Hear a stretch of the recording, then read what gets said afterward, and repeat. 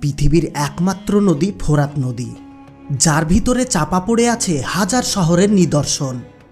আমাদের প্রিয় নবী হজরত মুহাম্মদ সাল্লাল্লাহু আলাইহি ওয়াসাল্লামের বলে যাওয়া বার্তা যে তোমরা ততক্ষণ পর্যন্ত কিয়ামতের আশা করো না যতক্ষণ পর্যন্ত না ওই ফোরাত নদী তার ভিতর থেকে স্বর্ণের পাহাড় বের করে দেবে।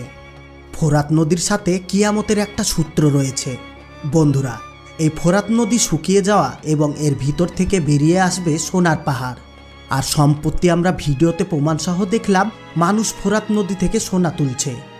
ভিডিও বিশ্লেষণ করে জানা যায় জলবায়ু এবং আবহাওয়া খারাপ হওয়ার কারণে ফোরাত নদীর বেশ কয়েকটি অঞ্চলের পানি শুকিয়ে গিয়েছে, আর সেখানে বেশ কিছু জায়গা থেকে ইতিমধ্যে স্বর্ণের টুকরো ভেসে আসার তথ্য পাওয়া গিয়েছে।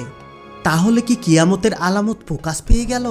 চলুন আমাদের প্রিয় নবীর ভবিষ্যৎবাণী এবং শর্তগুলো জেনে আসি।